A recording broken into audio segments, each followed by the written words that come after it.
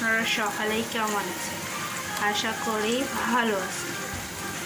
এখন আমি আলু ভাজি করতেছি। আলুগুলো চাকা চাকা করে কেটে নিয়ে ভালো করে ধুয়ে হলুদ লবণ ধনের গুঁড়া দিয়ে মাখিয়ে আমি এটা ভালো করে ফ্রাই করে নিচ্ছি। এই ফ্রাইটা খেতে অনেক মজা লাগে। যখন এ পিঠ ওই পিঠ লাল লাল হয়ে যাবে, ব্রাউন কালার হবে, তখন এই ফ্রাইটি আমি এক এক করে তুলে নেব।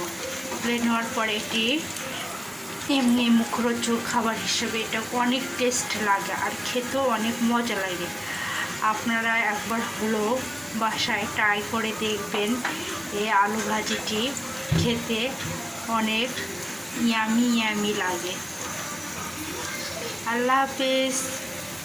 ভালো থাকেন, সুস্থ থাকেন, আর আমার চ্যানেলটিকে লাইক করেন, কমেন্ট করেন, আর বেশি বেশি করে সাবস্ক্রাইব করেন। আল্লাহ হাফেজ।